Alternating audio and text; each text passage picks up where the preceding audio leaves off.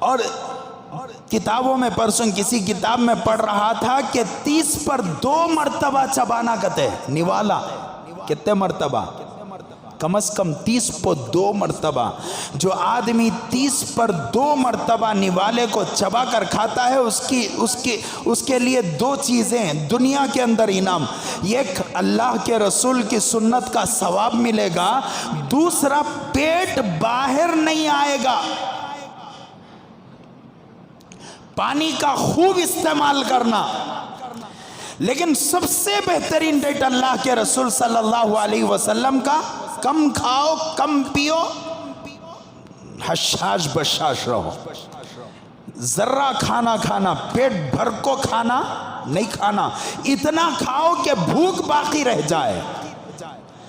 اور کھانا کب کھانا؟ بری بیماریاں نہیں آنا، ہارٹ اٹیک کی بیماری، شوگر کی بیماری، تھائرائیڈ کی بیماری، اور کون سی کی بیماری، یہ سب نہیں آنا. تو العشاء قبل العشاء، رات کا کھانا عشاء کی نماز سے پہلے ہونا. ہمیں کب کھاتے سو؟ ہمیں کتنے بجے کھاتے سو؟ بنگلور والے تو ماشاءاللہ 12 بجے سبھی کھانا کھا لیتے برابر. اب رات کو جب انہیں کھایا، جا کو بچھانے پہ سویا، تو وہ اندر کے انتڑیاں بوٹیاں تمہارا جو سسٹم رہتا ہے اسے بھی آرام کرنے وقت دینا نا. اسے آرام کرنے کا وقت نہیں ملیا، موقع نہیں ملا. اب انہیں پوری رات کام کرتے رہتا. چونکہ ایک سا انہیں بزی رہتا، صبح سے لے کو شام تک. ناشتہ کرے تھے 11 بجے، ناشتے سے پہلے ناشتہ، وہ منی ناشتے کے بعد لارج ناشتہ، پھر اس کے بعد ایک ناشتہ کیا بولے تو چابی بسکٹ، پھر اس کے بعد لنچ کے بعد پھر چا بسکٹ، اس کے بعد پھر کیا وہ شیخام بھی پھالا، پھر اس کے بعد شام میں اللہ کتنا رے بابا کھاتا ہے. بیماریاں نکو ہوگا تو رکتی آتے. سوچ کم کھانا، 4 مرتبہ 3 مرتبہ کھانے کا کھانا 4 مرتبہ کھاؤ، 5 مرتبہ کھاؤ، لیکن کم کھاؤ. پیٹ کو خالی رکھو، صحت بحال رہے گی. جتنی صحت آپ کی بحال رہے گی آپ اتنا ایکٹیو رہیں گے، اور جب ایکٹیو رہیں گے تو آپ اللہ کے گھر کو بھی بار بار آنے کی کوشش کریں گے. ڈاکٹروں کے پاس جانا نہیں پڑے گا، دواؤں پر پیسہ ڈالنا نہیں پڑے گا. یہ سب سواء البطن والصدر کے تحت آتا ہے. حضور کا سینہ اور پیٹ برابر تھے. انشاءاللہ بقیہ باتیں آپ حضرات کے سامنے، اور بھی کچھ چیزیں باقی ہیں، اگلے جمعہ آپ حضرات کے سامنے رکھوں گا. جیسا کہ آپ حضرات کو معلوم ہے کہ 3 دن پہلے میرے استاذ محترم، جن کے جوتیوں کا صدقہ اور جن کے سامنے زان و ادب تہ کرنے کا صدقہ، آج میں آپ حضرات کے سامنے بیٹھا ہوا. آج میں آپ حضرات کے سامنے بولنے کی کوشش کر رہا ہوں. تقریباً 6 سال میں حضرت کی خدمت کیا ہوں. حضرت مولانا پی ایم محمد مزمل صاحب رشادی والا جاہی احمد فیوزہم کی میں بات کر رہا ہوں. آج ان کا احسان ہے کہ میں عالم ہوا، آپ حضرات کے سامنے کچھ بولنے والا ہوا. حضرت نے اتنی صلاحیتیں، ہمارے اساتذہ نے اتنی صلاحیتیں پیدا کی کہ ہم مدرسہ چلانے والے ہوئے، کچھ پڑھانے والے ہوئے، آپ کو سمجھانے والے ہوئے. آج میرا جو انداز ہے، میرا جو طریقہ ہے، 7 سال تقریباً 6 سے 7 سال میں نے حضرت کے اور حضرت کے والد کی دونوں کی خدمتیں کی ہیں، اور 6 سے 7 سال حضرت کے جوتوں کو میں نے سیدھا کیا ہے. یہ میرے لیے شرف ہے. آج حضرت کا ابھی 3 دن پہلے بڑا بھیانک ایکسیڈنٹ ہوا ہے. وہ کار جس کا ایکسیڈنٹ ہوا، اسے دیکھنے پر ایسا محسوس ہوتا ہے کہ یہ اللہ ہی کی قدرت ہے کہ اللہ تعالیٰ نے امت پر ان کا سایہ قائم و دائم رکھا ہے. اللہ تعالیٰ ان کی عمر میں برکت نصیب فرمائے. میں اپنی طرف سے آپ حضرات سے گزارش کرتا ہوں، ہماری اس مسجد میں حضرت کا بار بار آنا ہوتا ہے. آپ کا بھی حضرت کا تعلق بہت پہلے سے ہے، آپ حضرت کے بیانات سنتے ہیں. ہمارا بھی حق بنتا ہے کہ ہم حضرت کی مجلسوں میں بیٹھتے ہیں، بیانات سنتے ہیں، تو کئی دینی معلومات حضرت کی وجہ سے ہم لوگوں کو ہوتی ہیں. تو ہمارا بھی حق بنتا ہے کہ ہم حضرت والا قبلہ دامت برکاتہم کے لیے دعا کریں۔ ابھی کل حضرت کی واپسی بنگلور کو ہوئی ہے، ابھی مجھے بھی معلوم نہیں ہے کہ حضرت کس ہاسپٹل میں ایڈمٹ ہیں۔ کل بتایا جا رہا تھا کہ شیواجی نگر میں ایک ہاسپٹل ہے HBS، وہاں پر حضرت کو ایڈمٹ کیا گیا ہے۔ تمام سے گزارش ہے کہ حضرت کے لیے دعائیں فرمائیں۔ میرے اوپر خصوصیت کے ساتھ حضرت کے بہت احسانات ہیں۔ آخری مرحلہ اب 1 سال میرا باقی تھا، اس وقت میں نے حضرت کے پاس جا کر کہا کہ حضرت اب میرا چھوڑ دینے کا ارادہ ہے، اس لیے کہ حالات بہت ہیں۔ ابھی والد صاحب بھی بار بار مجھ سے پوچھ رہے ہیں کہ ابھی اور کتنے سال اور کتنے سال اور کتنے سال۔ تو حضرت نے پوچھا کہ بیٹا کس وجہ سے؟ تو میں نے کہا کچھ حالات میں نے سنائے۔ تو مکمل 1 سال حضرت نے میرا اپنا خرچ اپنے جیب سے مجھے دیا۔ اور حضرت زکریا صاحب رحمۃ اللہ علیہ، حضرت زکریا PM زکریا صاحب رحمۃ اللہ علیہ بہت ساری نصیحتیں فرمایا کرتے تھے، لیکن چونکہ تقریروں کا بہت زیادہ میرا بھی جو ہے ماحول ہے، بہت جگہ جاتا ہوں بیانات کے لیے۔ حضرت ایک بات ہمیشہ فرمایا کرتے تھے جو آج بھی میرے دل کے اندر ہمیشہ کے لیے میری اپنی زندگی کا حصہ میں نے بنایا۔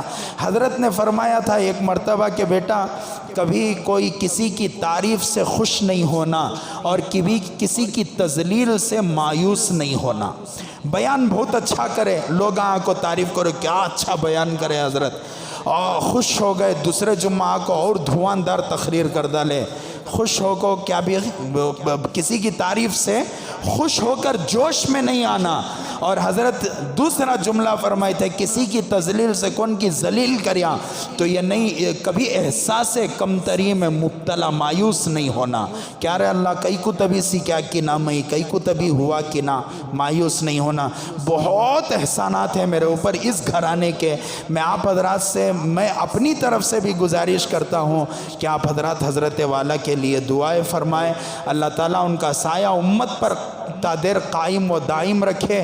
اور میرے بھی دوست حضرت کے بھی دوست تھے جن کا انتقال ہوا، جناب ذبیح اللہ صاحب، میرے بھی ان کے بہت اچھے تعلقات تھے، بڑی محبت کیا کرتے تھے، حضرات علماء سے بڑی الفت رکھا کرتے تھے، اور جب بھی کسی عالم سے ملتے تو بہت والہانہ انداز سے ملاقات کرتے۔ وہ اللہ کو پیارے ہو گئے، اللہ ان کی مغفرت فرمائے، اللہ ان کے درجات کو بلند فرمائے، کروٹ کروٹ جنت نصیب فرمائے، اعلیٰ علیین میں جگہ عطا فرمائے، اور اللہ تبارک و تعالیٰ ان کے پسماندگان بچوں کو، ان کی بیوی کو صبر جمیل نصیب فرمائے۔ آمین۔ و آخر الدعوانا ان الحمد للہ رب العالمین۔ آخر میں انشاءاللہ